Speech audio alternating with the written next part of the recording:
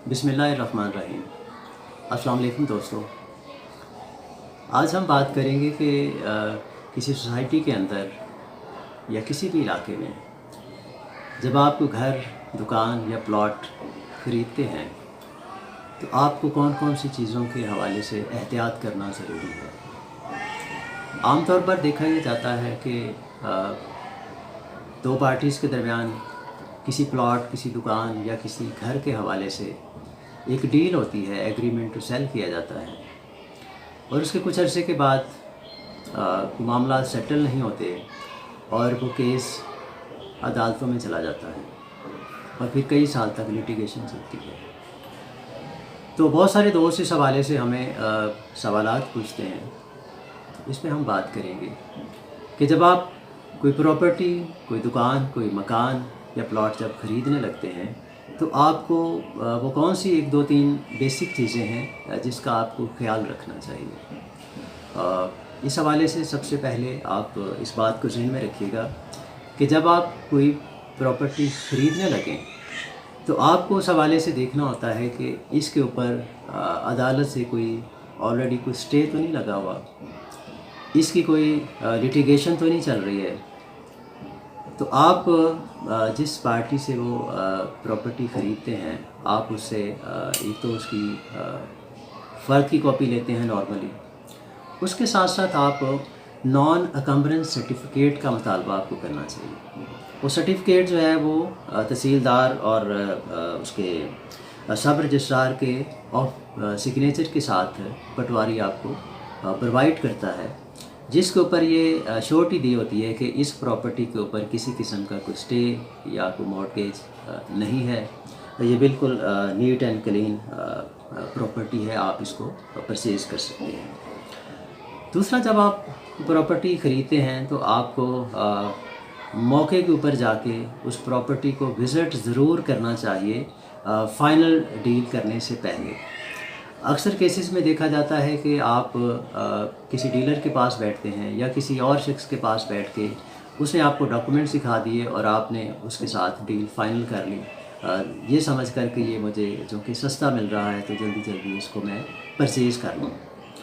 बाद में पता चलता है कि उस प्रॉपर्टी के ऊपर, उस मकान, उस प्लॉट या उस दुकान के ऊपर पहले से कोई काबज़ बैठा हुआ है और उसकी मालिक के साथ पहले ही लिटिगेशन चल रही होती है। ऐसी सूरत हाल में जब आप उसको ख़रीद लेते हैं तो फिर बाद में बहुत सारे मसाइल का सामना करना पड़ता है। वो जो शख्स वहाँ पे जिसके पास पोजेसन होती है उसको डिसपोजेस करना एक अज़ाब बन जाता है और इस तरह की लिटिगेशन पे भी कई साल केस अदालतों में चलता रहता है। हाँ, अगरचे इस हवाले से ये एक अच्छा इक़दाम जो अदालतों ने उठाया है कि जब ऐसे केस में कि जब आपने किसी के साथ कोई सौदा किया है, चाहे वो डीलर है या कोई आम आदमी है,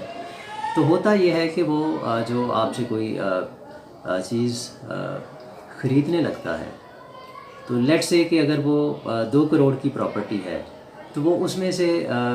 40 या 50 लाख रुपया देते हैं और एग्रीमेंट टू सेल आपके साथ कर लेते हैं और आपसे वो 2 महीने या 3 महीने का टाइम लेते हैं बकाया पेमेंट करने के लिए। स्पेशली ये जो एजेंट होते हैं और जो डीलर्स हजरात होते हैं, ये क्या करते हैं कि एग्रीमेंट टू सेल करके आपको एक एडवांस स्पेसिफिक अमाउंट देने के बाद वो मार्केट के अंदर उस प्रॉपर्टी को बेचने के लिए क्लाइंट को तलाश करते हैं। अगर तो उनको वो क्लाइंट मिल जाता है उस टाइम पीरियड के अंदर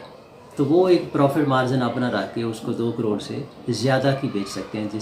जिसका सौदा आपके साथ उन्होंने 2 करोड़ में किया था। लेकिन अगर उस टाइम पीरियड के अंदर उनको कोई और पार्टी नहीं मिलती तो जो कि एग्रीमेंट टू सेल के अंदर एक क्लॉज ये भी लिखी जाती है कि अगर with in this time period बकाया रकम अगर मुश्तरी अदा नहीं करेगा तो उसका वो जो बयाना है वो ज़ब्त कर लिया जाएगा।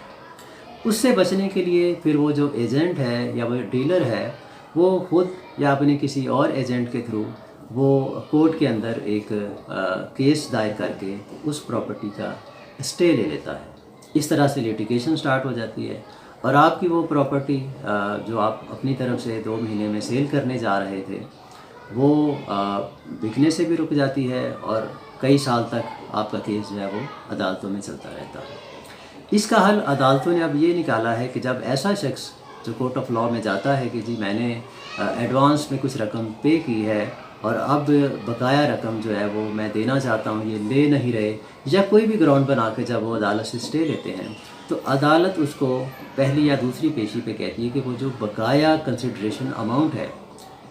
जैसे कि 2 करोड़ की हमने बात की, अगर 50 लाख पहले एडवांस दिया है तो वो कहते हैं कि जो बाकी का 1.5 करोड़ है वो आप कोर्ट में जमा करवाएं, फिर आगे ये केस आपका प्रोसीड किया जाएगा।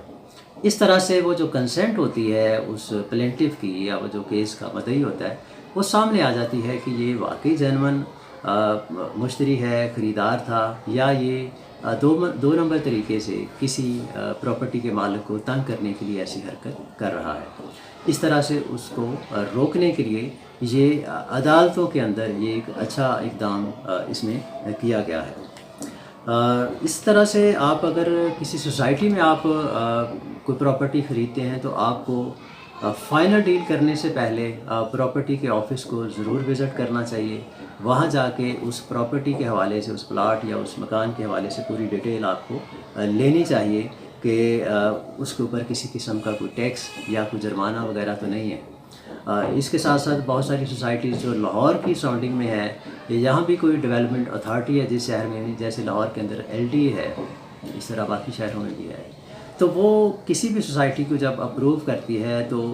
उसका 25% जो उसकी लैंड है वो अपने पास रख लेती है। वो जैसे जैसे उसमें डेवलपमेंट के काम होते जाते हैं तो उस 25% में से वो रिलीज़ करते जाते हैं। तो आपने ये देखना होता है कि प्लॉट वहाँ से सोसाइटी से लेने से पहले कि आपका वो जो प्लॉट है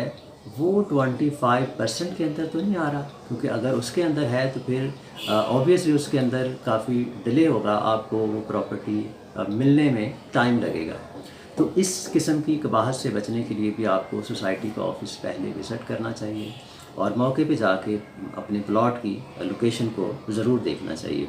और ये भी आपको मालूम हो जाना चाहिए, वहाँ जाएं आप, जब आप LDA ऑफिस में जाएं या जिस शहर में भी हैं उसकी डेवलपमेंट अथॉरिटी के पास जाके उनके मरकज़ी ऑफिस में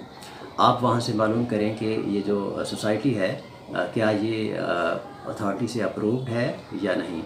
तो ये चंद चीज़ें हैं, अगर आप इनकी तसल्ली कर लेते हैं कि वो प्रॉपर्टी जो है उसके ऊपर कोई कोर्ट से स्टे नहीं लगा हुआ, मॉर्टगेज तो नहीं है, आप उसका नॉन कंप्रेंस सर्टिफिकेट आपके पास होना चाहिए, और सोसाइटी का है तो सोसाइटी को विज़िट करके देखें, फिर प्लॉट को मौके पे जाके विज़िट करके देखें कि वहाँ कोई पार्टी, कोई शख्स पहले से काबिज़ तो नहीं है। ये वो चंद एहतियाती तदाबीर हैं, अगर आप इनको परचेज़ करने से पहले प्रॉपर्टी को देख लेंगे तो आप यकीनन आने वाले सालों में, आने वाले दिनों में किसी किस्म की भी कोर्ट के अंदर जो लिटिगेशन है उससे बच सकते हैं। इस छोटी सी वीडियो में हमने कोशिश की है कि आपको इन मसाइल से बचाने के लिए हम आपको गाइड कर सकें। अगर ये वीडियो आपको पसंद आए तो इसको आगे दूसरों को ज़रूर शेयर कीजिएगा। अगर अभी तक आप लोगों ने हमारा चैनल सब्सक्राइब नहीं किया तो काइंडली इसको सब्सक्राइब कीजिएगा, ताकि हमारी जो हर आने वाली वीडियो है वो सबसे पहले आपके पास पहुँचे। शुक्रिया।